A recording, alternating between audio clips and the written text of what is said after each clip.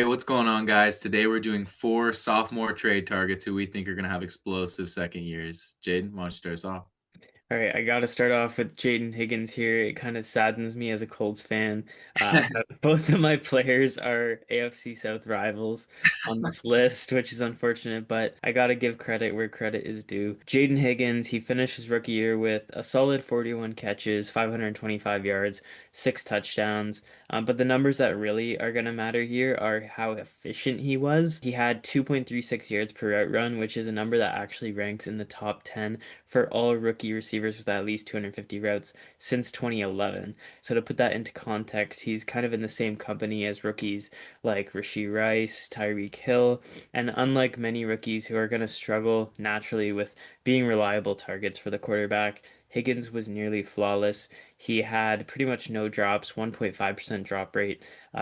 Stroud had 103 passer rating when targeting him. He won consistently as well with almost a 12 ADOT, which proves that he is that, unique intermediate route type of threat, which is what we want to look for when it comes to ADOT. And with the Texans letting Christian Kirk walk in free agency, this wide receiver two role in Houston is going to be his pretty much to lose, right? I'm not too concerned about Jalen Noel. I'm not concerned about Tank Dell. These are completely different roles. Higgins is that X receiver. So is Nico Collins as well. It was kind of weird to see the Texans kind of not trust him at the beginning half of the season. He only had a 47.5% snap rate from weeks 1 to 8 and was being overtaken by kind of nobodies like Xavier Hutchinson, Justin Watson. But during the second half of the season, he averaged a 63% snap share, consistently outsnapping even guys like Christian Kirk. He was starting to earn that trust of CJ Stroud throughout the season. He was a part-time starter, but honestly, in year two, he's gonna be that solid wide receiver two for the Texans. I don't think it's kind of in doubt whatsoever. It's a high volume passing offense. Even as a prospect, his analytics were actually pretty solid. Like he was close to Malik Neighbors in some predictive metrics. Some film guys that I talked to, they weren't a big fan of him. He had an awful reception perception, which was unfortunate, but it was really cool to have another perspective on him through like kind of these film gurus because I'm more of like an analytical based scouter when it comes to wide receivers. I think if you can trade for him now while he's still valued as that kind of mid to late second round pick, I just feel like you're getting a player with a reliable high end wide receiver two ceiling. I really saw him go for some cheap deals as well, like the 212 straight up, which is just crazy to me. I feel like you smashed that. Deontay Thornton in a 28-second smash. Devontae Adams, I feel like if you have him on a rebuilding team, there's no way you should have Devontae Adams on a rebuilding team. But if you somehow do, definitely trade him for a guy like Jayden Higgins. And then even the 203, I feel like would be kind of that median, that good price, like kind of in the middle. If you're rebuilding, you're not a fan of anyone that's available at your pick in the second round, I would definitely do that. And you may even be able to get kind of a small plus on top of Jayden Higgins as well. It's really good to bet on his talent, his Yeah. situation. I think it's kind of all lined up for him. Next up, we got Tory Horton. I was a huge fan of him coming out of college. He was just a big time player. I was a big fan of watching Colorado and Dion. And in those Colorado State games, man, he was huge. And he had two 1,100-yard games. And he's 6'2", runs a 4.4. He's got all the intangibles you'd like. And what's really impressed me is his deep route running. He really gets open at the catch point. He's a quarterback's best friend. He can win those nice crossing routes. I really think Cooper Kupp's shelf life is almost there, right? We saw him as kind of like the safety blanket, wide receiver two, kind of chain mover. And I think Tory Holton's going to emerge as like that next target behind JSN, kind of in like I don't know, I kind of 3P. see him as maybe carving out like a Doug Baldwin kind of a Yeah. role, maybe, where he's like a reliable guy. Obviously, more plays down the field, but like I think he's going to become a safety blanket long term there. 5 touchdowns on limited playing time in his rookie year. I think he's got a long future in the NFL. He's like looked like a really good like flex piece, especially if you're a rebuilding team. If you can get him for like a mid to late round pick, like I think that would be absolutely ideal. I'm a huge fan of him. I truly think like he can be long term. He can be a low end like wide receiver 2, 3 on your team, but for like the foreseeable future, going to be looking like a flex piece. I just think he's got really high upside, and I think they loved using him in the red zone, which is a huge thing. We saw There's wide receivers as good as Justin Jefferson that don't get as many red zone targets as they should. So to see, the trust that Darnold had in him in the red zone and the plays they were drawing up for him is really encouraging. I think, Cooper Kupp, very injury prone, very old player. I think we're going to see Tory Horton really emerge as the wide receiver 2 behind JSN, who's going to be getting a lot more attention than he's ever received in his entire life. We've seen guys like Juju Smith-Schuster who have benefited tremendously when he was playing across from Antonio Brown versus what it looked like when Antonio Brown left, right? So seeing how he's going to get much lighter coverages, he's going to be expanding into that wide receiver 2 role. Horton is a very, very nice flex piece. If you can pick him up as a rebuilding kind of like up and coming team for a flex piece, low end wide receiver, I think that'd be a really good move. Yeah, and he had 5 touchdowns, as you mentioned, on only 13 catches, which is like a crazy touchdown percentage. I think in the preseason, he kind of showed that talent. He was a guy that I really liked when I scouted before he was drafted. I know Seattle's not the greatest landing spot. They re-signed Shaheed, which is unfortunate. But I think even as like a wide receiver 3, I Yeah. think this is probably Cup's last year if I had to guess. And then it's the Tory Horton show after that, in my opinion. I think he's just extremely efficient on, minimal receptions, minimal targets. The game before he ended up getting hurt, he had 21 fantasy points, 4 catches, 48 yards, 2 touchdowns against the Washington Commanders. And that was supposed to be his breakout game. And I Yeah. don't think he played a single game after that, unfortunately, due to injury. But I think he's definitely got to look out for in year 2. If any one of you wrote off Cam Ward after his rookie season, I think you're about to miss a huge sophomore season. I think his rookie numbers were mostly a product of that low-ranked EPA offense, crumbling offensive line, gave him zero protection, and I think the 2026 Titans are going to be a completely different animal. They really replaced that terrible staff with high experience guys, rah-rah guys, Robert Saleh, Brian Dable.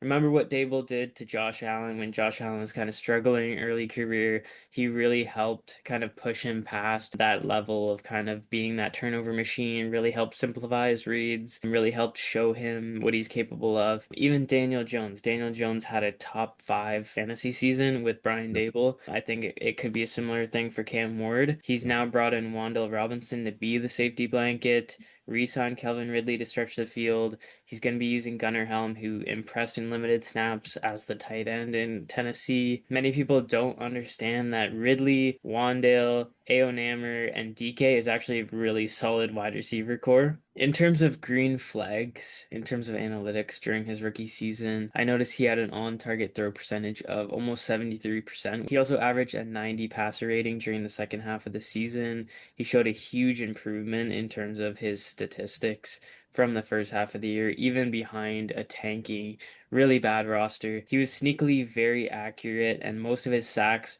were not his fault. It was really the offensive line and the addition of Dan Moore Jr. and moving JC Latham to that natural right tackle spot, I think is really going to help create that first stable pocket of Ward's career. He had 172 pressured dropbacks. That's almost 30% of his dropbacks in the NFL were pressured, which is just ridiculous. And I think even a slight reduction in that number is going to allow him to read the field a ton. I think speaking of that, Ward had 15 interceptable passes in 2025, and those were honestly a result of kind of him trying to play Superman, kind of do things with a bottom 3 roster, crumbling offensive line, trying to, make himself look good, make the team look good. But I think it's safe to assume that Dable's going to tighten those mechanics, just like he did with Josh Allen, simplify his reads. Honestly, the real game changer, though, could be if they add Jeremiah Love. So, in my personal opinion, I think it's all smoke right now that the Titans are, I don't think they want Jeremiah Love, but I really do think that Love is going to help that team, and I think it's the best pick for what they could make at that 4 spot. Not to mention they've completely revamped that defense in Tennessee. Franklin Myers, Jermaine Johnson, Alontae Taylor, all really good players, just to name a few. I think that should really help take the edge off of Cam Ward trying to do so much for this crumbling roster. An upgraded roster in that play caller who actually knows how to weaponize a dual threat type of quarterback like Ward. With that being said, he's a top 12 dynasty quarterback at his ceiling in 2026. Trades that I would make for Cam Ward, I saw someone traded CJ Stroud for him straight up, which is a really interesting one to think about. What would you say for that. If you had CJ Stroud, like, would you pay him for Cam Ward? I personally like Stroud. I feel like a lot more than the national media. Like I really feel like yes, like he did have a few terrible games, the Patriots game in the playoffs, but his offensive line really has been hanging him out to dry. I feel like Nick Caserio prioritized the defense a lot more, and he let a few guys go. They had a few crucial injuries there, so I would probably take Stroud long term, given that we've seen what he can do. But to be honest, I don't hate the trade as much as I probably would have at the beginning of the year. Yeah, and like Stroud in fantasy, even in his amazing rookie season, it's not like he was like a top 10 dynasty, like a top 10 quarterback. I think he Yeah, was the quarterback 11 at his peak. I think yeah, that's kind of his peak, even if he's amazing, just because yeah. he doesn't have much rushing upside. I think Ward has top 10 potential. Like his escapability outside the pocket, the ability to make plays down the field with his arm and stuff like that is, and the rushing upside is something necessarily CJ Stroud does not have as much. Is more of a pure pocket passer. Hmm. Yeah, I'd love to see what Cam Ward can do. If it's just smoke and mirrors, if it's just a little bit, oh, that throw looked Mahomey, or if we're really gonna see, or if we're really gonna see some production here. But I think he showed some chops as a game manager and a processor. I just feel like when you're pressured that much, it's gonna be tough for any quarterback to move. So I believe he was hit the second most in football, like 54 times last year. So even a slight reduction, like you said, I feel like we're going to see a lot more, and I'm really excited to see Dayball there. I'm really high on him as a coach, especially as an offensive guru. I also saw someone dealt Tucker Craft straight up for him. I really personally wouldn't mind that if you already have like another solid tight end behind Yeah, Tucker Craft. I know tight ends are starting to get kind of in an excess. There's been a lot of good tight ends that have come out in the draft, the last few drafts recently. So a yeah, lot of people already have like for the most part, on average, two startable level tight ends. So if you have a tight end that you trust behind Tucker Craft and you need a quarterback, I would do that. I also saw someone gave the 201 and a third for him. I'd do that all day. And a very interesting one that I saw was the 102 and a 2027 second for Ward and the 103. So I would do that 100%. It's basically just a second for Ward just to move yeah. down the spot.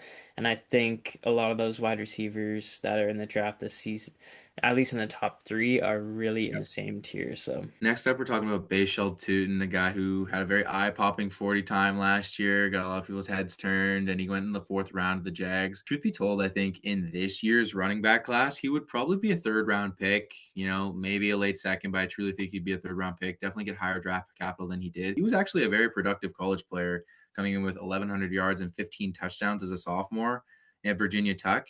So not a bad division and really productive as a young player.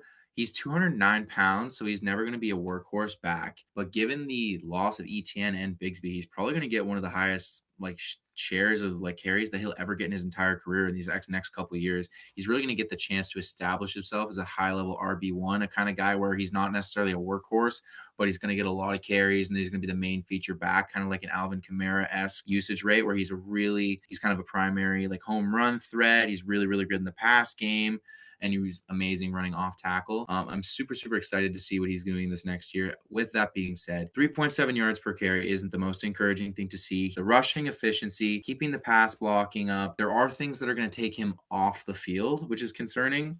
Maybe look to see the Jags bring in a running back in the later rounds this year. It is a very weak running back class. They don't have much there at all outside of Tuten.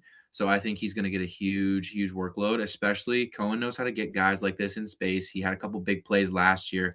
I'm really excited to see him in the screen game, running off tackle, pitches, things like that, where he can really get that space, make missed tackles and get in a straight line running. I think he could be a high end flex piece and a low end RB2. And I think if he really establishes himself this year, he could prove himself as at least a guy who can get you 1,000 all-purpose yards for a couple more seasons. it'll be interesting to see if they use Chris Rodriguez a lot as that goal line running back too, Yeah, because I've seen Liam Cohen has that, bond with him already. They brought him in for like a decent chunk of a contract, yeah, which was actually surprising to me, but maybe they might use him as the Etienne and then use Tootin as how they were already using him last yeah. season, and he ends up not being as good, but that's to be seen. I feel like Tootin is just a more talented player than Rodriguez personally.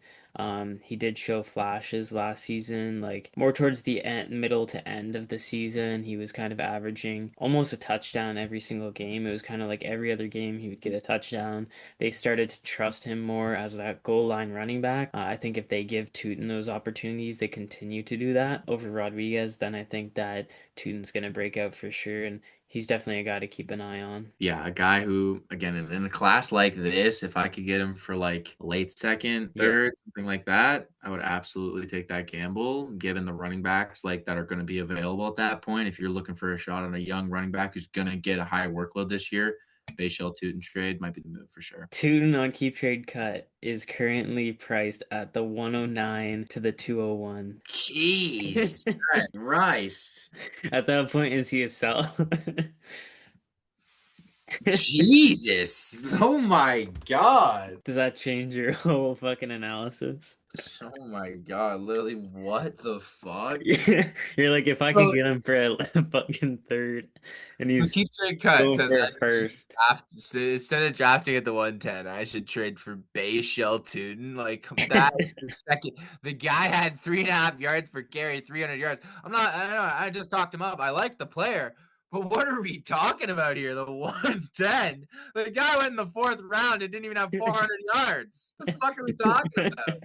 And he's 5'9". Yeah, the guy will never be the workhorse running back. If he's good enough, he can get more carries while still having a significant, like, big back behind him. He's valued the same as Jordan Addison and Malik Willis. Oh my God. Okay. I'm sorry. I'm sorry. So do you change Adamo? your whole thing? I also hate Jordan Addison. The guy's like a Pats hater. They chirped Gonzo. In no world am I not taking Addison over Bhayshul too. Like, come on, bro.